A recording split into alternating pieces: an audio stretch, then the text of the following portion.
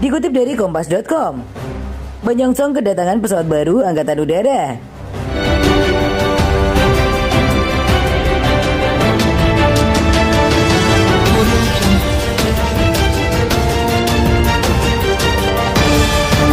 Pertahanan RI telah menandatangani kontrak pengadaan 42 pesawat terbang Rafale dengan Dassault Aviation, produsen pesawat terbang kenamaan milik Prancis.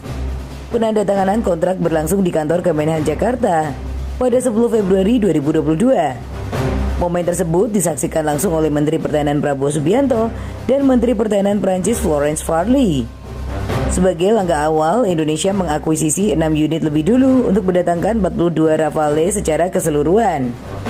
Kontrak pengadaan 42 pesawat Rafale menjadi proses pengadaan terbesar pesawat terbang dari Prancis sejauh ini.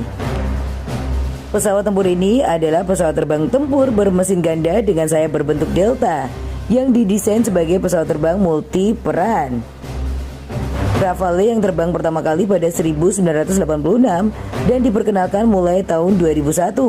Saat ini sudah diproduksi sebanyak 240 unit sampai 2022.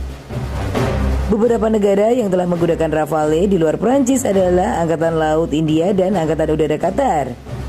Di Prancis, Rafale digunakan oleh Angkatan Udara dan Angkatan Laut yang diperuntukkan beroperasi dari kapal induk. Pengadaan pesawat terbang tempur bagi Angkatan Udara berarti menambah kekuatan serang yang sangat dibutuhkan. Angkatan Udara sejatinya adalah perangkat angkatan perang yang lebih diperuntukkan bagi keperluan menyerang pendudukan musuh.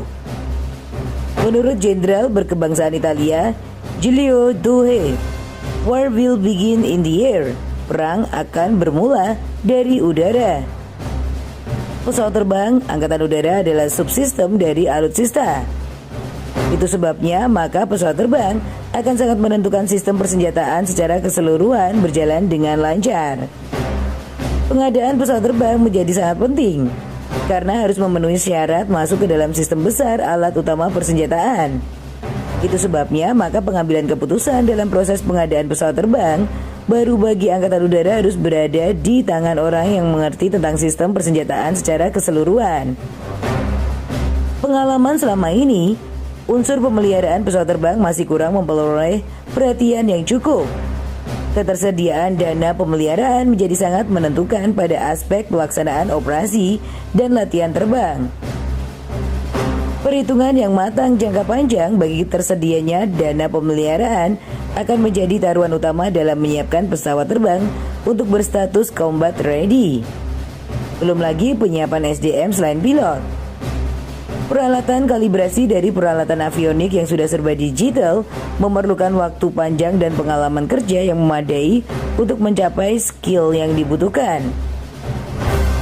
Kesulitan dalam proses penyiapan pesawat di flight line tidak hanya berarti kesulitan dalam kesiapan pesawat yang siap terbang, tapi lebih dalam menyiapkan pesawat yang siap tempur. Masih ada subsistem lainnya yang jauh lebih penting untuk ditangani lebih dulu. Misalnya, sampai sekarang ini masih ada wilayah udara kedaulatan Indonesia yang belum berada di bawah wewenang otoritas penerbangan nasional. Masih ada subsistem lainnya yang jauh lebih penting untuk ditangani lebih dahulu. Misalnya sampai sekarang ini masih ada wilayah udara kedaulatan Indonesia yang belum berada di bawah wewenangan otoritas penerbangan nasional. Masalah ini memerlukan prioritas utama untuk diselesaikan lebih dulu. Percuma memiliki skadron pesawat terbang tempur modern, apalagi untuk terbang menjaga kedaulatan negara di udara di wilayah kedaulatan sendiri, masih harus memperoleh izin terbang lebih dulu dari negara lain. Berdaulat di udara, baru kekuatan udara akan mampu melaksanakan tugasnya sesuai dengan tugas pokoknya. Sebuah renungan dalam menyongsong kedatangan pesawat terbang tempur baru Angkatan Udara.